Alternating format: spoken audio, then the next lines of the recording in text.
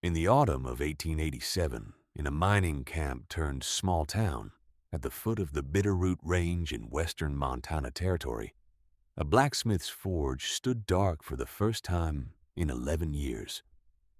The door was planked shut with rough-cut fir boards, nailed in a cross pattern that suggested haste rather than craft. The anvil was still inside. The bellows was still inside. The fire had been allowed to die without being properly banked, which anyone who knew ironwork understood to be a kind of abandonment in itself.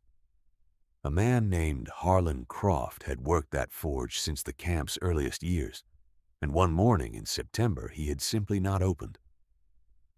By the following week, his rented room above the chandler's shop was empty too. His mule was gone.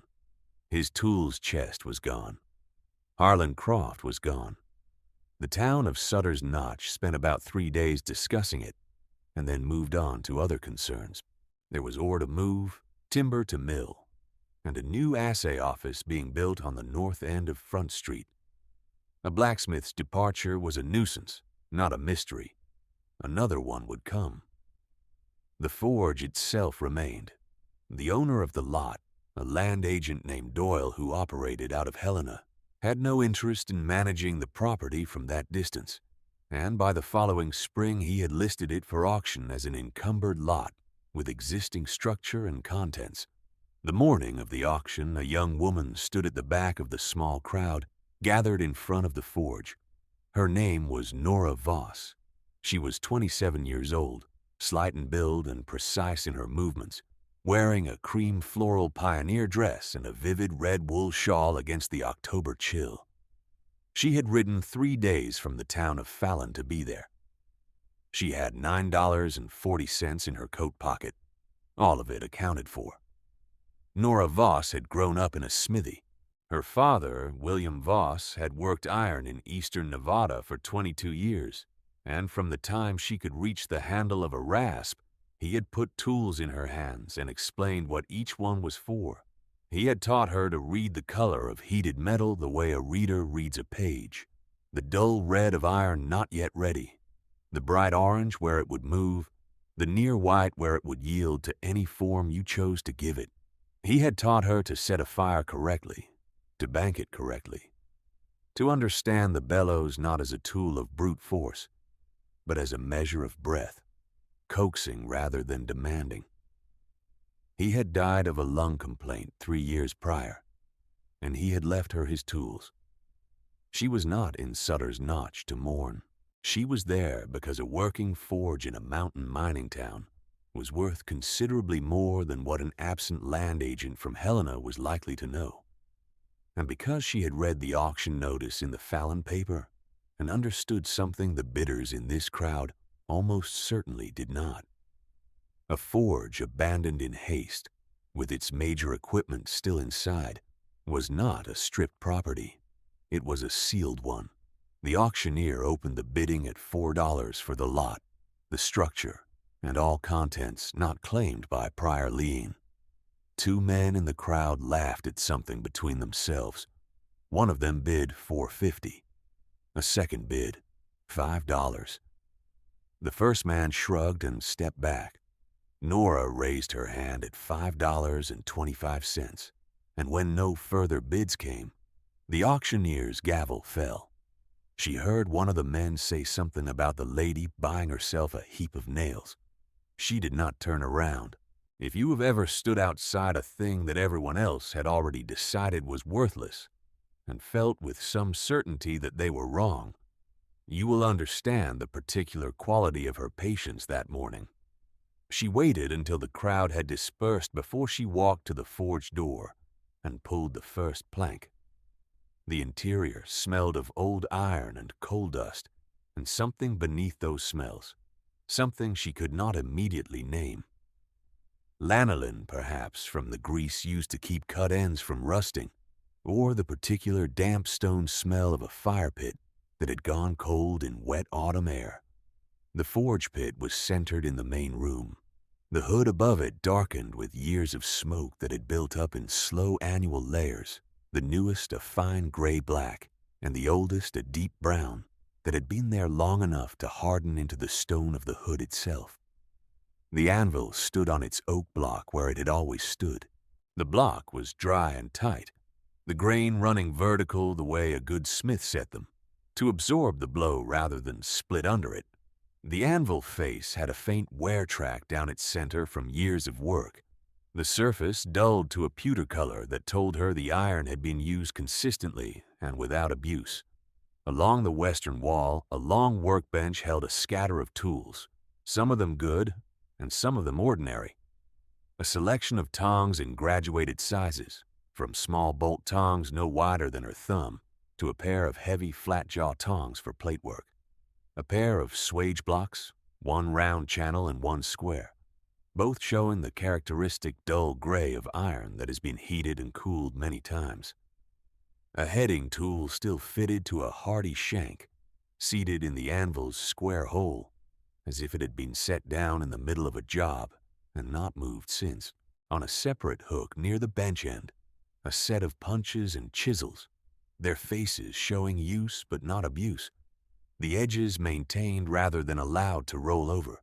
Near the door, a barrel of coal stood 3/4 full. She pressed her hand into the surface.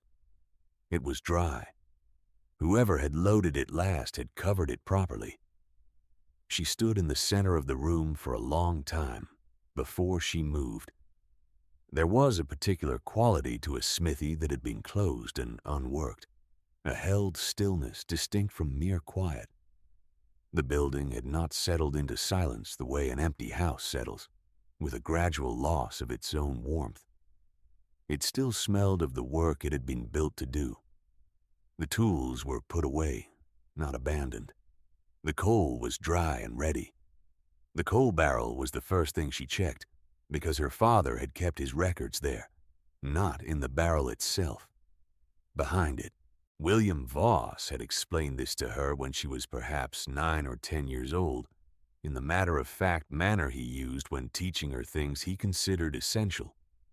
A smithy took in cash payments, he said. Cash payments generated no paper unless the smith chose to generate paper. A man who wished to keep certain records private would keep them somewhere that did not look like a place for records. The coal barrel sat flush against the wall. If it was positioned 2 inches from that wall on a deliberate nail peg, or there was space behind it, she moved the barrel. There was a nail peg. On the nail peg hung a folded oilskin pouch, flat and unremarkable. She left it exactly where it was. There is a particular discipline in knowing when not to move something. Her father had taught her that too, in the context of metalwork, but it applied equally here. She did not yet know what the pouch contained. She did not yet know what Harlan Croft had been, or why he had left.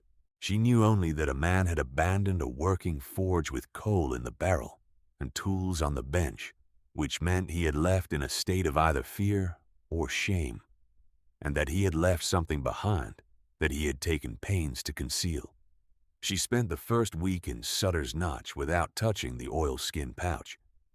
She moved her few belongings into the forge's small back room, which had a cot and a window that looked out at the alley behind the structure. The room smelled of the coal dust that had sifted through the walls over 11 years, and she found this neither unpleasant nor remarkable. The first full day she spent only on the inventory, working methodically from the door inward. Every tool examined, every edge assessed, every joint tested for looseness. The tong hinges were stiff from disuse, but not corroded through. The swage blocks were sound. The bellows she inspected with particular care, running her hands along every fold of the leather to feel for cracking or separation at the seams. One section near the nozzle end showed the beginning of a hairline split, not yet a leak, but the warning of one. She marked it with a chalk line and set the bellows aside, resolved to order new leather at the chandler's before she lit her first fire. The fire bricks in the pit she checked by tapping each one with the back of a tong handle. A cracked brick rings differently from a sound one. a duller, softer note with a slight give in the pitch at the end. She found two that rang hollow near the center, loosened from their bed by the expansion and contraction of years of heat, followed by cold abandonment. She would need to reset them with fresh clay before she could run a sustained fire. These things she wrote down in a small notebook she carried in her coat pocket. Her father's habit, the inventory before the work. She made a separate list of what was present and what was absent. Croft had taken his tools chest, which meant his personal hammers were gone, and his top swag set, and whatever specialty tools he had accumulated for particular jobs. What remained was the shop's own equipment, the things that came with the forge rather than with the man. She could work with what was there, once the repairs were done. On the third day, she reset the fire bricks with fresh clay she sourced from the creek bank east of town, the same gray-blue clay she had watched her father use in Nevada, slow to dry and tight when it cured. On the fourth day, the new bellows leather arrived from the chandlers, and she fitted it with a wax thread and a bone-awl she had carried in her bag since her father's shop. On the fifth day, late in the afternoon, she built the first test fire, not to heat iron but to check the draw of the hood and the even distribution of air from the repaired bellows. The fire climbed well. The smoke went where smoke was supposed to go. The pit heated evenly across its surface, the coals building up without cold spots. She watched it for a while before she let it die down. Then she went looking for the people in Sutter's Notch who had known Harlan Croft. The first person she spoke to was the woman who had run the boarding house on Mill Street, a widow named Greta Sims, who was approximately 60 years old and had the quality of someone who had seen enough of the world to find most of it unsurprising. Greta Sims said that Harlan Croft had been a quiet man, a capable smith, not given to drinking or fighting or spending beyond his income. She said he had rented from her for 2 years before moving to the room above the chandlers, which she attributed to a preference for a shorter walk to work. Nora asked if she knew of any dispute he might have had, any debt, any trouble. Greta Sims set down the dish she'd been drying. She said she did not know of trouble exactly, but she said that in the spring of 1887, roughly 6 months before Harlan Croft boarded up his forge, a man had come through Sutter's Notch representing the Meridian Land and Mineral Company out of Missoula. He had spent a week visiting property owners and certain businessmen in town. She could not say what he had discussed with anyone specifically, but she knew that after his visit, 2 of the claims on the South Ridge had transferred to Meridian Title, and that both of the men who had held those claims had left Sutter's Notch within the month. Nara thanked her and walked back to the forge in the long blue afternoon light. She built a small fire in the pit that evening, not to work metal but to see the forge breathing again. The bellows drew well. The hood drew the smoke cleanly. She sat on the stool beside the anvil and listened to the fire, and thought about what a mining company representative would have wanted with a blacksmith. The second person she spoke to was a man named Abel Cray, who was 63 years old and had worked the North Ridge placer claim since 1879. He was missing 2 fingers on his left hand from a stamp mill accident, and he was the sort of man who answered questions with the economy of someone who had learned that most words were wasted. He told her that Harlan Croft had done iron work for the Meridian Company's new mill installation in the spring, a contract job, fitting custom anchor bolts for the stamp frame. He said the work had been good work. He said Harlan had seemed quiet after it. Nora asked if the Meridian Company was still operating in the area. Abel Cray said the company held mineral rights on 4 claims now, and that the representative, a man named Aldous Vane, made periodic visits from Missoula to review operations with the site foreman. She asked when the next visit was expected. He said he did not know exactly, but that Vane tended to come through in late October or early November before the snow made the passes difficult. This was the last week of October. She went back to the forge and took down the oilskin pouch. Inside it, she found 3 things. The first was a receipt, written on standard ledger paper in a cramped, precise hand, documenting payment of $11 for iron fitting work on a stamp mill anchor frame. The date was April 14th, 1887. The work was described as custom forging of 12 hardened anchor bolts, 2.5 inches diameter, 18 inches length, threaded at one end to specification. The paying party was listed as the Meridian Land and Mineral Company, Missoula, Montana Territory. The work had been received and approved by the site foreman. The second was a set of hand-drawn measurements, sketched on a half sheet of notepaper. They described the same bolts, with dimensions noted in Harlan Croft's hand. At the bottom of the sheet, in a different ink, he had written a single annotation. These do not match. April 28th. The third was a photograph, a dry plate cabinet print mounted on cardstock. It showed the interior of a stamp mill, the frame visible in the background. In the foreground, a man in a dark coat stood beside the frame, and in the frame itself, the anchor bolts were clearly visible. Nora carried the photograph to the bench and held it under the lamp. The bolts in the photograph were not the bolts she had been asked to make. She was not guessing at this. She had made bolts herself, working alongside her father, and she understood what a 2.5-inch anchor bolt looked like when it was properly fitted to a stamp frame member of a given size. The bolts in that photograph were smaller, significantly smaller. The thread engagement was shallow. The material, from what she could assess in a photographic print, had the look of commercial-grade iron rather than the higher carbon stock she knew a properly loaded stamp frame required. The stamp mill was not a minor piece of equipment. A stamp mill reduced ore. It ran heavy. It ran continuous. It ran hard.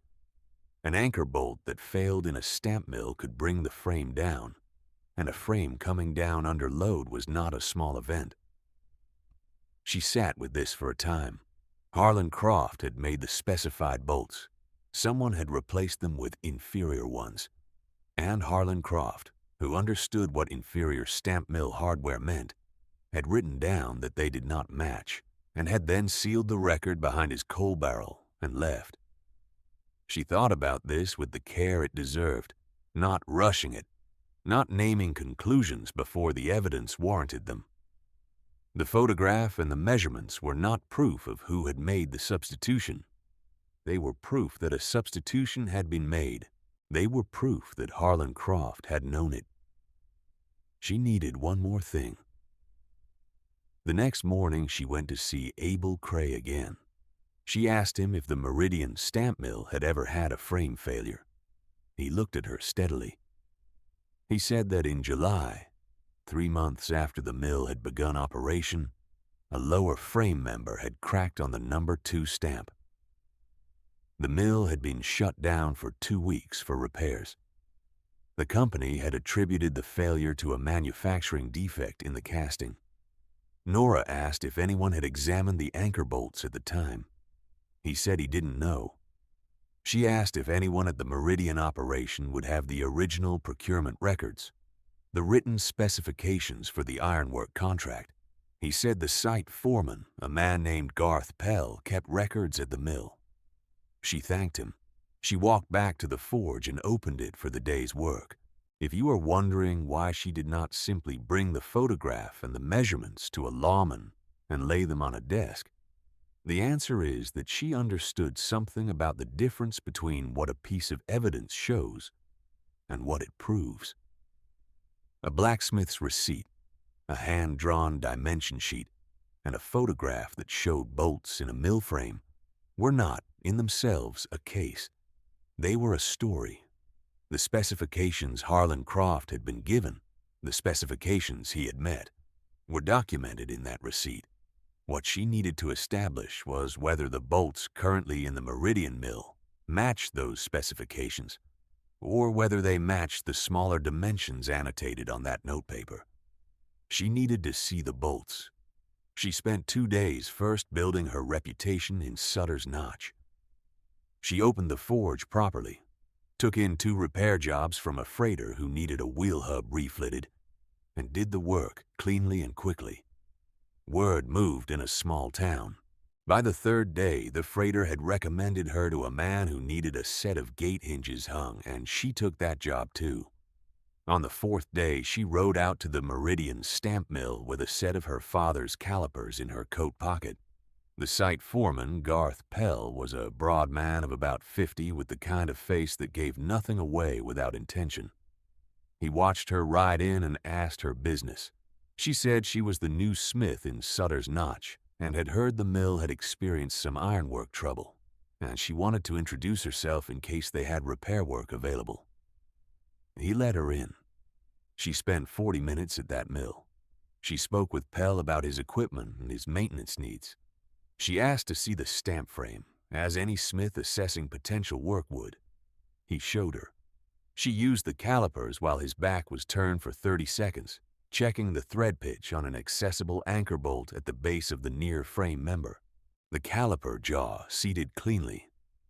She read the measurement and returned the tool to her coat pocket before Pell turned around. 1 7/8 inch diameter. Thread pitch of 8 per inch. Commercial grade iron visibly, with the slight grainy surface that distinguished it from the higher carbon bar stock a smith would choose for a piece that would bear sustained dynamic load. She had the measurement from Harlan Croft's notepaper in her memory exactly. 2.5 inch diameter, 6 threads per inch. The difference was not subtle. It was the difference between a bolt engineered for the weight it would carry and a bolt priced at half the cost. She spent another 20 minutes in the mill asking Pell the kind of questions that any smith assessing repair work would ask. How long had the number 2 stamp been running since the July repair? Whether the frame member had been replaced entirely or sistered. What grade of material the repair contractor had used. Pell answered in the flat manner of a man who had nothing to hide about his own work and was not particularly interested in discussing anyone else's. She noted that he did not seem troubled by her questions about the bolt specifications. She noted that he did not seem surprised by them either. Outside the mill, before she mounted, she asked Garth Pell if he kept procurement records on site. He said he did. She asked if the original bolt specifications from the spring installation were still on file. He gave her a look that was neither hostile nor welcoming, a careful look, the look of a man assessing a question rather than its asker, and said he could not say offhand. She thanked him and rode back to Sutter's Notch in the long gray light of late afternoon, the road dropping through pine timber and then out onto the open slope above town, where she could see the smoke from the forge rising straight in the still air, which meant the fire she had banked that morning was still alive. She spent that evening at the workbench with a lamp burning close and clean paper laid out before her.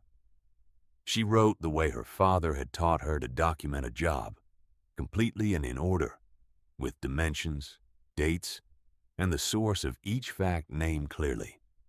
She wrote what Harlan Croft's receipt specified: 12 anchor bolts, 2.5 inch diameter, 18 inches length, threaded at one end to a 6 thread per inch pitch, high carbon bar stock, custom forged, delivered and approved on April 14, 1887.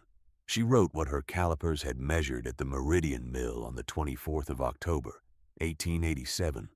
Bolts of 1 7/8 inch diameter, thread pitch of 8 per inch, commercial grade iron. She wrote the difference in numbers because numbers did not argue and did not require interpretation. She wrote what Abel Cray had described regarding the July frame failure, including the stamp number and the 2 weeks the mill had been shut down. She wrote what Greta Sims had told her about the Meridian representative's visit in the spring and the subsequent departure of 2 claim holders from the South Ridge. Then she set down the pen and read what she had written. It was not an accusation. It was a record. The record showed that the bolts specified in a contracted order had not been the bolts installed in the frame. The record showed that a frame built with those bolts had failed. The record showed the dimensions of the failure in terms that any engineer or mine inspector would understand without further explanation. She addressed a letter to the Territorial Mines Inspection Office in Helena. She had found the address in a 2-year-old copy of the Montana Post that someone had left in the Chandler shop. The Mines Inspection Office existed to assess safety conditions in mining operations throughout the territory. It held authority to compel the examination of equipment records and to require that substandard hardware be identified and replaced. It could not itself prosecute fraud.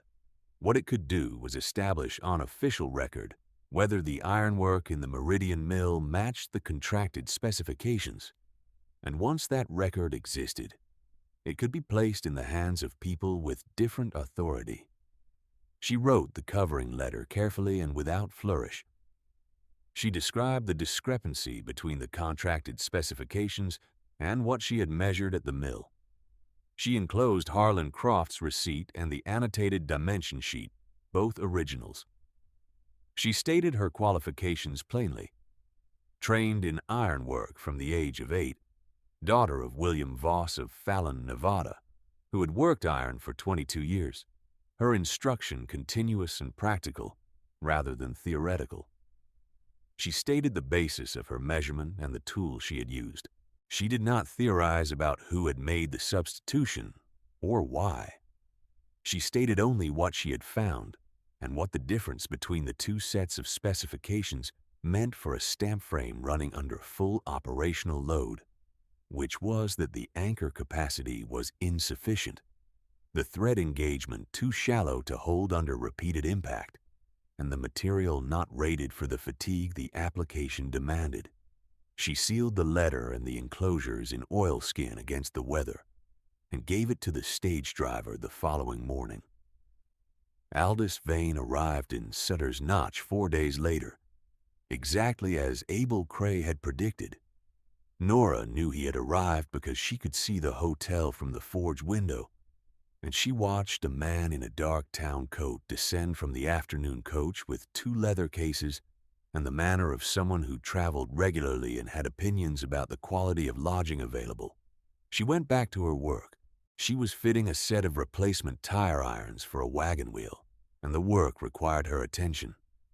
If she thought about what Aldous Vane might or might not know, she did not dwell on it. The letter was sent. The evidence was documented. What happened next belonged to the process she had set in motion, not to anything she could control from the forge in Sutter's Notch. 2 days after Vane's arrival, Garth Pell came to the forge. He was not hostile. He was careful, which was a different thing.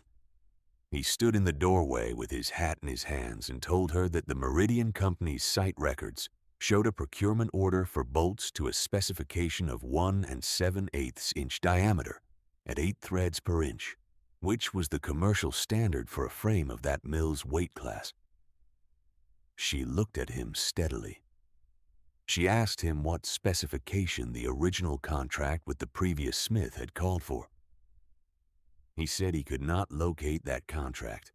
She said she had a copy of the receipt for that work, which documented the specification as 2.5 inch diameter at 6 threads per inch. Pell's face changed in a small way. She noted it. She asked him who had changed the procurement order. He said he did not know. She believed him. The Mines Inspection Office sent 2 men to Sutter's Notch in the 3rd week of November. The snow was light that year in the lower ranges, and they arrived without difficulty on horseback. A pair of horses with territorial brands and saddlebags that hung heavy with the weight of ledgers and documentation. They took a room at Greta Sims's boarding house on Mill Street, which Nora learned from Abel Cray, who learned it from Greta Sims herself. She met with them at the forge the morning after their arrival. The older of the two, a deliberate man in his 50s named Haverford, carried himself with the particular gravity of someone who had spent years measuring the difference between what paperwork claimed and what was actually bolted to a frame. The younger, whose name was Dutton, took notes in a small leather book and asked precise, clarifying questions. Nora spread out her documentation on the clean workbench: the receipt, the annotated dimension sheet, the photograph, and her own written account of what the calipers had shown her at the mill. Haverford examined each document in turn. He asked her how she had come to possess Harlan Croft's receipt. She told him exactly how. She told him about the auction, the nail peg behind the coal barrel, the oilskin pouch. She told him about the note in different ink at the bottom of the dimension sheet, the annotation that said these do not match, April 28th. She told him that she understood this to mean Croft had checked his own work against what was installed, found the discrepancy, and recorded it before he left. Haverford wrote this down without expression. He asked if she knew where Harlan Croft was now. She said she did not. He asked if she had contacted anyone at the Meridian Company before writing to the inspection office. She said she had not. She said she had not thought it appropriate to contact the party whose records might require examination before the examination had been compelled through proper channels. He looked at her steadily for a moment. Then he wrote something else down. Dutton asked her to walk them through her caliper measurement, which she did, placing the instrument on the bench and demonstrating the measurement position and the reading. He noted the tool's make and condition in his book. She told him the calipers had been her father's, purchased from a tool supplier in Reno in 1871, calibrated and maintained throughout his years of practice. The inspection of the mill took a full day. Nora did not go to the mill. She stayed at the forge and worked. What the inspectors found was this: the procurement order in the Meridian records for the anchor bolts had been altered. The original specification had been changed in the ledger, in a different ink, from the contracted dimensions to the commercial grade specification. The substitution of hardware had saved the Meridian Company approximately $60 on materials, at the cost of a stamp frame that had failed within 3 months of installation, injured one worker in the frame collapse who had since recovered, and required 2 weeks of mill shutdown and significant repair expense. The inspector's report, filed with the territorial office, documented all of this. It noted the discrepancy between the contracted specification documented in Harlan Croft's receipt and the hardware actually installed. It noted that the alteration in the ledger was consistent with a change made by someone with access to the site office after the ironwork contract was executed. Aldous Vane was in Sutter's Notch when the inspectors departed. Nora did not see him leave. She heard from Greta Sims 2 days later that he had taken the eastbound coach at first light on a Sunday morning, which was not his usual schedule. The Meridian Land and Mineral Company retained a lawyer in Missoula who wrote several letters over the following winter. The territorial inspector's report went to the mining district superintendent and from there to the territorial attorney general's office, which had jurisdiction over fraud in mineral operations. Nora did not follow the legal proceedings closely. She had given what she had to the people whose job it was to weigh it, and she understood that the machinery of official accountability moved at its own pace and arrived at its own conclusions. What she knew was this: the record was corrected. Harlan Croft's name appeared in the inspector's report as the contracted smith who had performed the specified work to standard, which meant the record no longer permitted anyone to suggest otherwise. Whatever reputation had kept him from returning to his trade was addressed, if not fully remedied, by the documentary clarity of what the inspection had established. In February of 1888, she received a letter with a return address in Deer Lodge, which was a town to the northeast on the Clark Fork River, a place where a man who had worked iron in western Montana might go if he wanted to find work without returning to the place he had left. The handwriting on the envelope was careful and economical, the hand of a craftsman who had written enough specifications and receipts to make his letters legible rather than decorative. The letter was from Harlan Croft. He had written it after reading a brief notice in a territorial paper that had covered the inspection office's findings. The notice was short, a column and a half, and had not named the original contracted Smith by name in its body, only in a footnote reference to the documented procurement order. He said he had not known that anyone was working at his forge. He said he had boarded it up because he had understood what he had seen when he checked his work against what was installed in the mill frame, and he had not known what to do with that understanding except to preserve a record and remove himself from proximity to people who had more money and more lawyers than he did. He had been afraid. He said he was not proud of having left. He said he had thought about writing to the newspapers or to someone in Helena, but he had not been sure what weight a single blacksmith's word would carry against a company's records. He asked if the forge had been properly maintained. She sat with the letter for a while before she answered it. She understood what he had done and what had driven him to do it. She did not entirely agree with his choices, but she recognized them as the choices of a man who had assessed his position honestly and reached a conclusion about his prospects that was not entirely unreasonable. He had been right that a single blacksmith's word, unaccompanied by the measurements and the documentation and the physical evidence, might not have been sufficient. The oilskin pouch behind the coal barrel had been the better gamble, even if he had not known who would find it.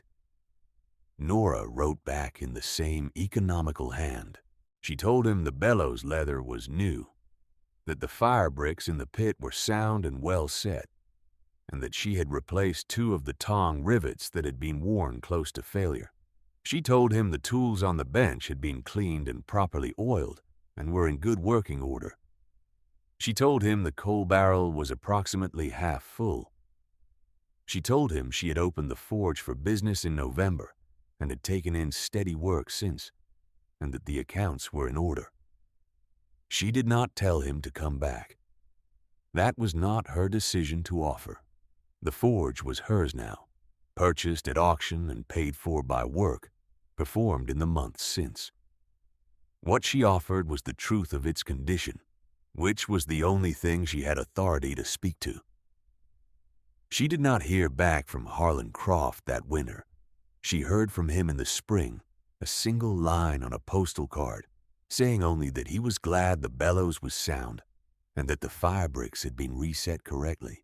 She pinned the card to the wall above the bench. By the spring of 1888, Nora had taken on enough work in Sutter's Notch that she needed to keep the forge fire from Monday through Saturday. The freighter recommended her to 2 others. The stamp mill at the North Ridge had become a steady account after its new operator, a man from Colorado who had bought out the failed Meridian interest at a reduced price, decided he preferred to deal with a local smith rather than order replacement hardware through Missoula at considerable freight cost and delay. Abel Cray came in once a month with something that needed attention, a pick head to be retempered, a bolt stripped and needing to be cut out and replaced, a drift pin that had mushroomed from use and needed to be dressed back to square. She understood that some of his visits were not strictly about the work, that he came to hear the hammer on the anvil and to see the fire lit in a place where it had been dark. She did not mind this.